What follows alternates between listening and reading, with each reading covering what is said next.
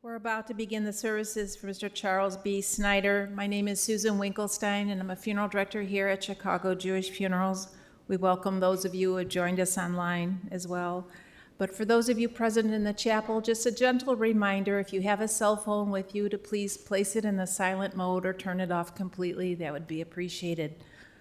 The services this afternoon will be conducted by Rabbi Yehuda Myers from the Lincolnwood Jewish Congregation, AG Beth Israel, in Lincolnwood.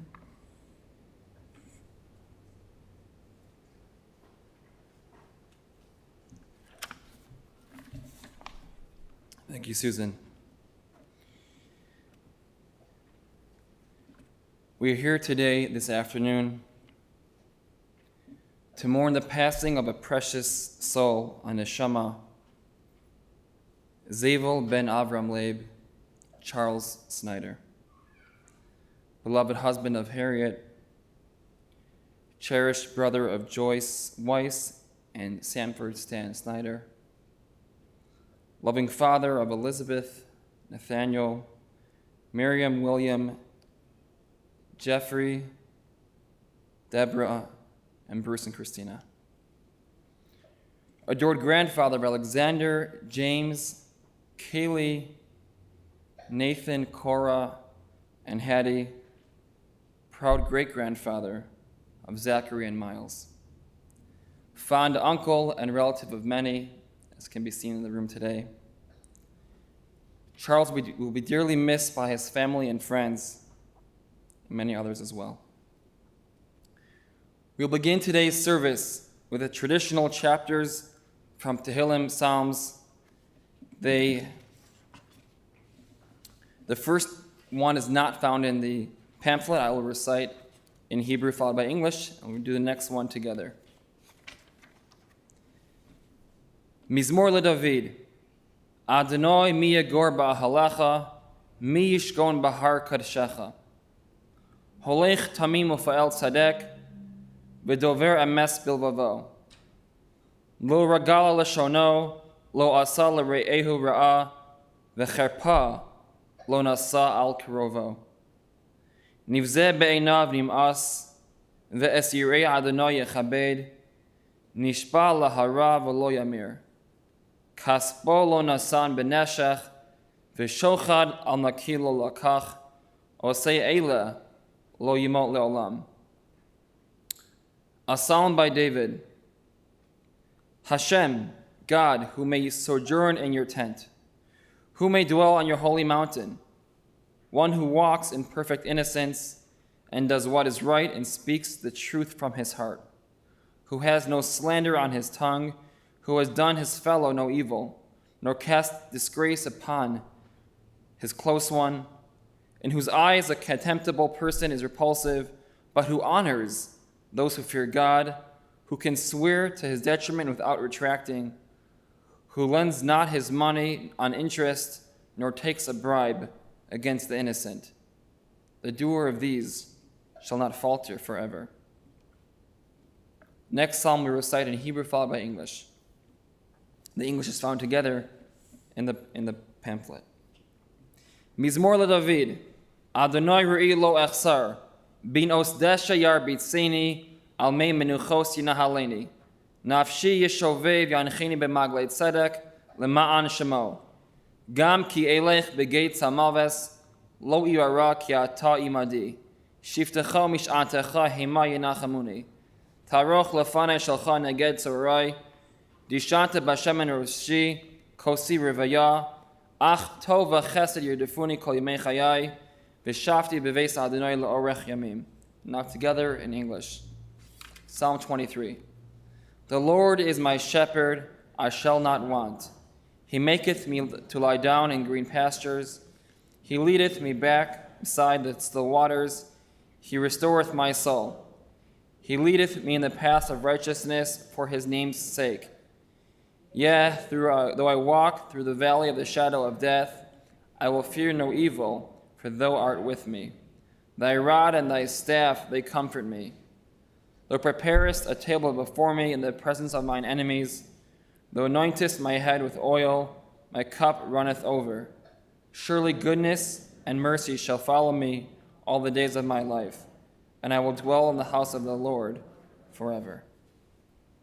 We will continue with some words of hesped of eulogy from Charles' son, Bruce.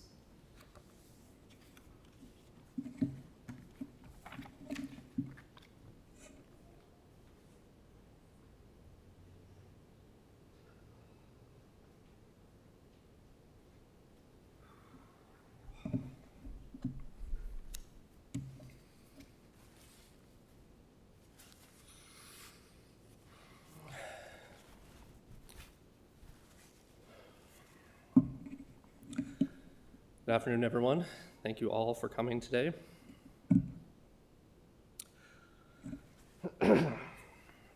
As a college professor, I spend most of my time talking to people that I don't know really well about things that they don't know about.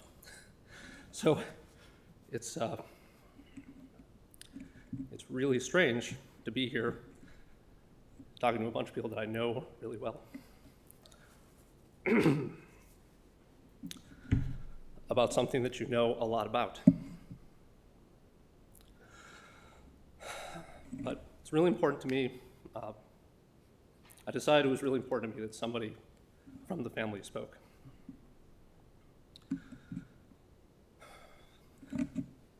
Also fairly used to giving to public speaking and to giving hour-long lectures, but I will try and keep it short.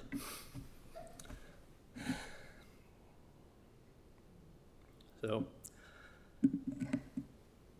Dad was born and raised in Kansas City. He was a chemist and a tinkerer from an early age, and somehow managed to survive all of his own exploits with chemistry. He got a bachelor's in chemistry from University of Missouri, Kansas City, and after spending a short time at University of Madison, and he always said that he left Madison because he played too much pool. After getting his degree, he moved to Chicago, where he met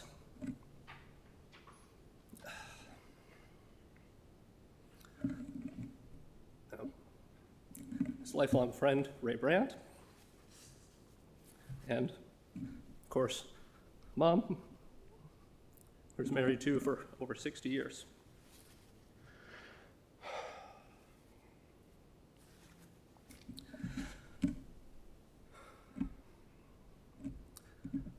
Dad was very, very happy with his life, and he had no regrets. And I would hope not, because he tried to do all of the things, right? No, he was a chemist, but we all know he did a lot of woodworking. He had a whole miniatures business. He had a printing press in the garage for, for some period of time. He did gardening, he did African violets, he did computers, he did programming, he did drawing. And he was immensely proud of his family.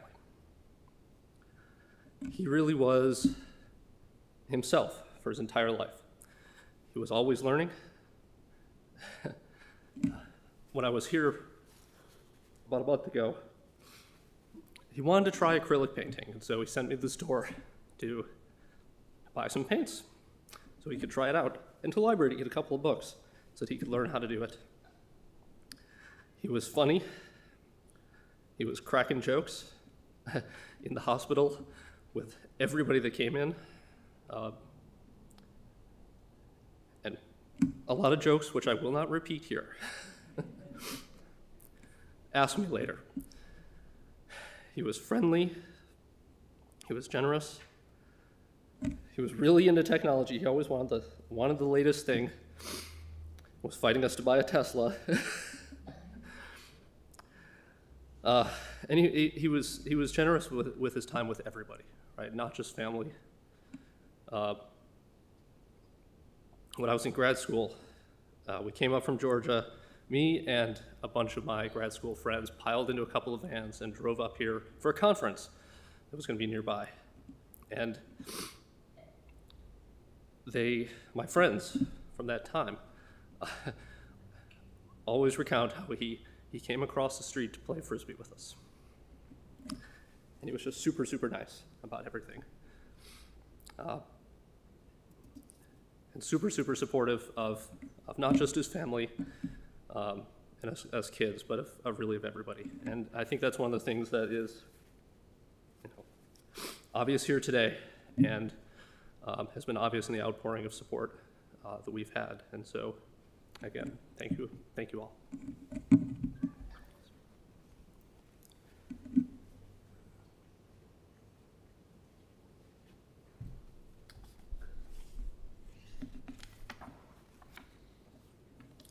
Thank you, Bruce, for your heartfelt words.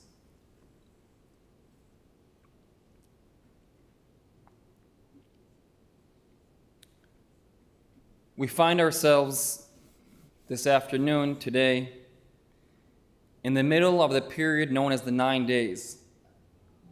The 9 days of mourning, which begin with the first of the month of Av and lead up to the intense day of mourning, the fast day, Tisha B'Av, the 9th of Av, the day in which we commemorate and mourn the destruction of the Holy Temple in Jerusalem nearly 2,000 years ago and the Jewish people's expulsion into exile.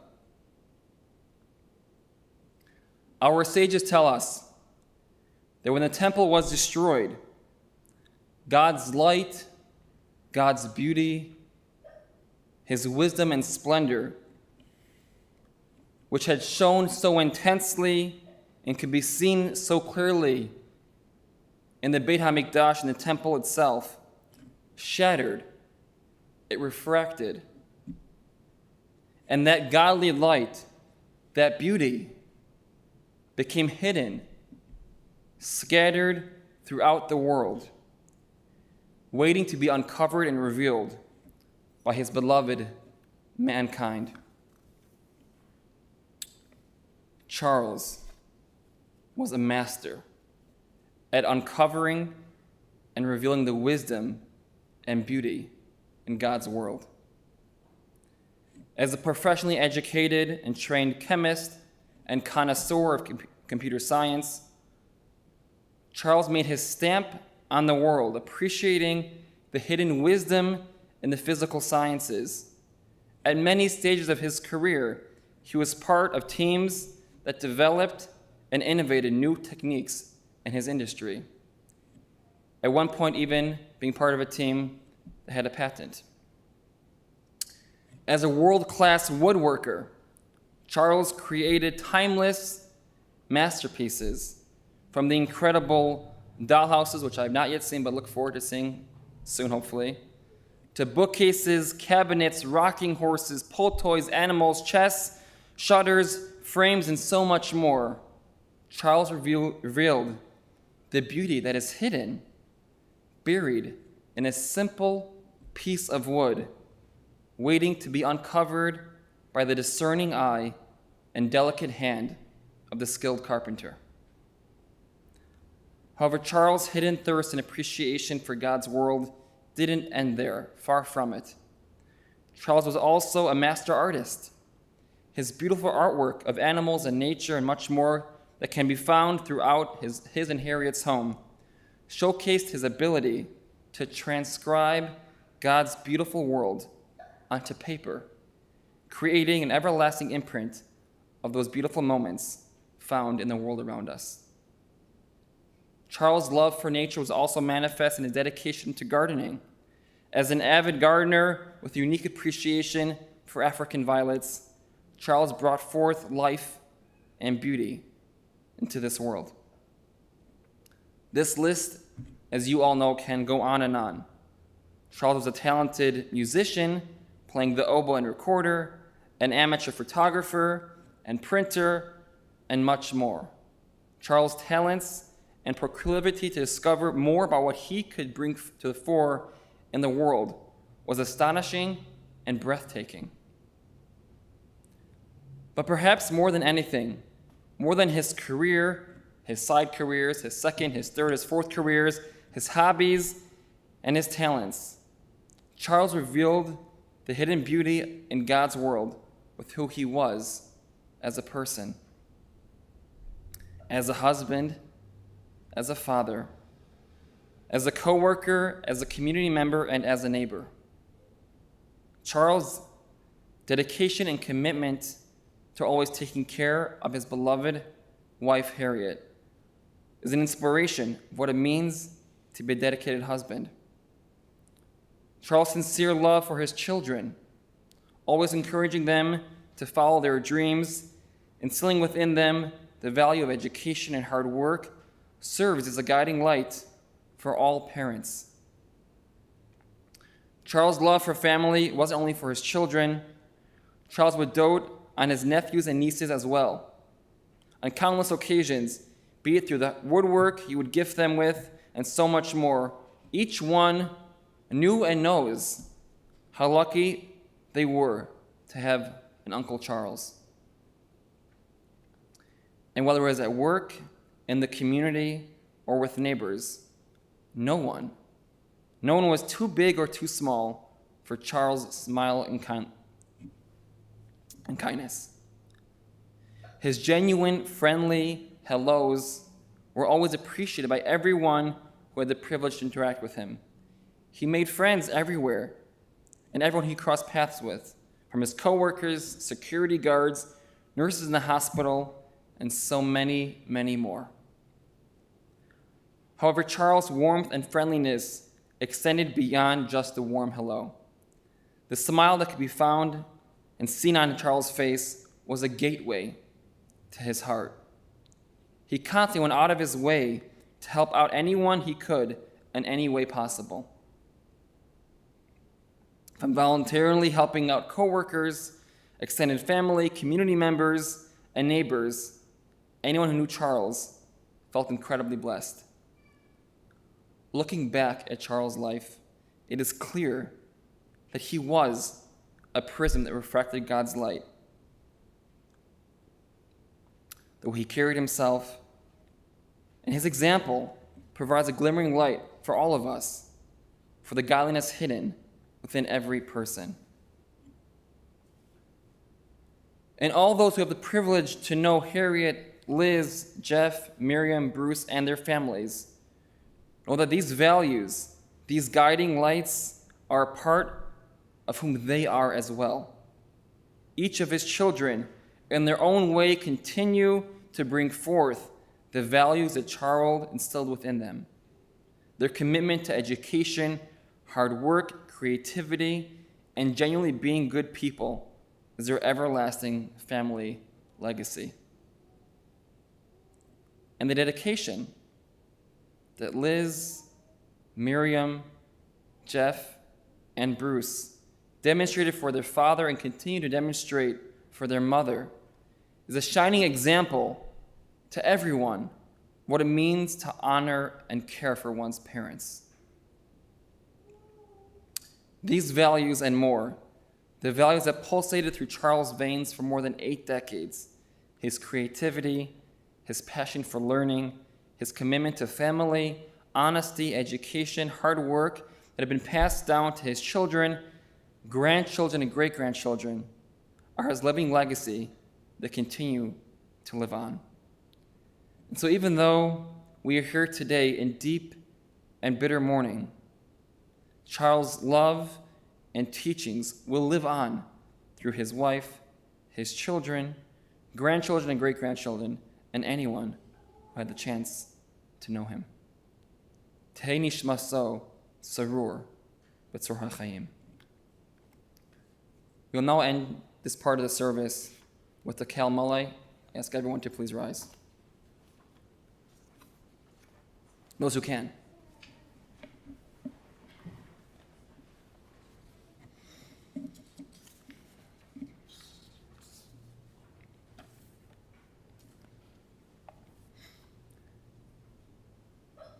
El Malay Rachamim, Shochein B'Meromim, Hamsei Menucha Nechona, Al Kanfei HaShechina, B'ma'alos Kedoshim etaharim Kizohara mazhirim Es nishmas Zevel ben Avraham leib Shalach Lamo Ba'avor Sha'anu mispalim ba'ad haskaras nishmaso Began Eden Tehei menuchaso Lochein balarachamim Yasir v'sesu kinafav la'olamim V'yitzur b'tzur ha'chaim es nishmaso Adonai hu nachalaso V'yanuach al mishkavo b'shalom V'nomar amen. Everyone may be seated.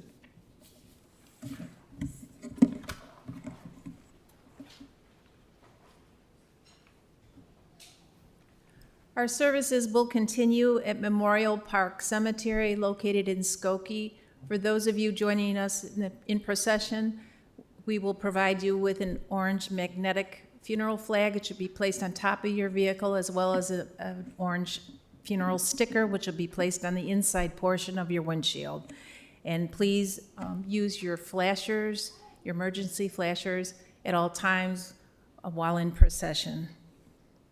The Shiva will be observed at the Snyder residence in Lincolnwood at 6968 North Crawford Avenue today, following the interment, which will be approximately 4 o'clock until 7 p.m., and also on Tuesday from 4 p.m. to 7 p.m. The memorial contributions have been asked to go to the Lincolnwood Jewish Congregation, AG Beth Israel, or to the Levy Senior Center, or to Chicago Botanic Garden. And that information is listed in the service folder you received today, and it's also on our website online. The following people have been selected to serve as pallbearers. As I call your name, if you'll please step forward. Nat Brooks, Bill Hacker, Nathan Snyder, Eric Jacobson, Kindle Schneider, and Bill Zimmer. I'll ask everyone to please rise now in silent tribute to Mr. Snyder as we escort his casket from the chapel.